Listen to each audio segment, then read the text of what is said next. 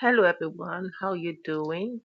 So I came across this stuff I'd written a couple of years back, I would say, and it's the story we were asked to imagine how the story would have ended if this book of Jonah continued. So this was my submission. So it starts with Jonah repents. After his session with Almighty, Jonah sat under the tree and decided to go on a 21-day fast. He realized that he was far gone in self-righteousness and decided to allow God work on his heart. Many of the people from Nineveh went past Jonah for a few days. They initially thought he had died under the tree and they were very afraid. A young girl of 10 years, Tabitha, moved close to Jonah 6 days after he started his fast. Her toy went close to his body. She planned to quickly pick her toy and run away, but when she got close, she discovered that he was still breathing. She quickly ran home and told her mother. In a matter of hours, everyone in Nineveh was aware that the prophet did not die. Soon, some of the people of Nineveh joined Jonah in his fast.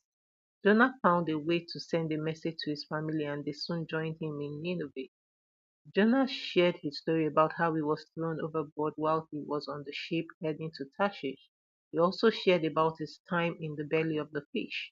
The story traveled far, and soon Nineveh attracted visitors from everywhere that wanted to meet the man that stayed alive in the belly of the fish for 3 days. Nineveh's economy prospered as the visitors continued to throng to meet Jonah and hear about his stories. Some of the visitors settled in Nineveh and started thriving businesses. 3 years later, certain men of Tarshish came to Nineveh in search of Jonah. They were the sailors that had thrown Jonah overboard. They came with gifts to worship Yahweh that had preserved Jonah and had got him to Nineveh safely. They told Jonah that they had continued to worship Yahweh since their first encounter. They heard about Jonah's mission in Nineveh from one of the many visitors that had heard Jonah speak about his experience. Because of the goodwill that Prophet Jonah brought to Nineveh, the people made a mound in his honor over his tomb when he died. So that's the end of my story. But this is the historical account of what happened. Today, in Nineveh, there is actually a location that is marked by two large mounds, Koyunjik and Nabis Yunus, Prophet Jonah, and the remains of the city walls are about 12 kilometers, 7.5 miles in circumference. The Neo-Assyrian levels of Koyunjik have been extensively explored. The other mount, Nabi Yunus, has not been extensively explored because there is a Muslim shrine on the site.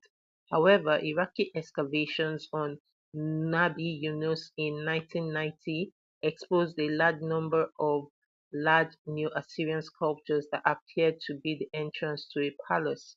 So I'm curious, if you had to conclude the book of Jonah, how would you write yours? What would you include? What would you leave out? Thank you very much for joining me, and I will be telling you stories in this format. I hope you enjoy them. And please remember to like, comment, share,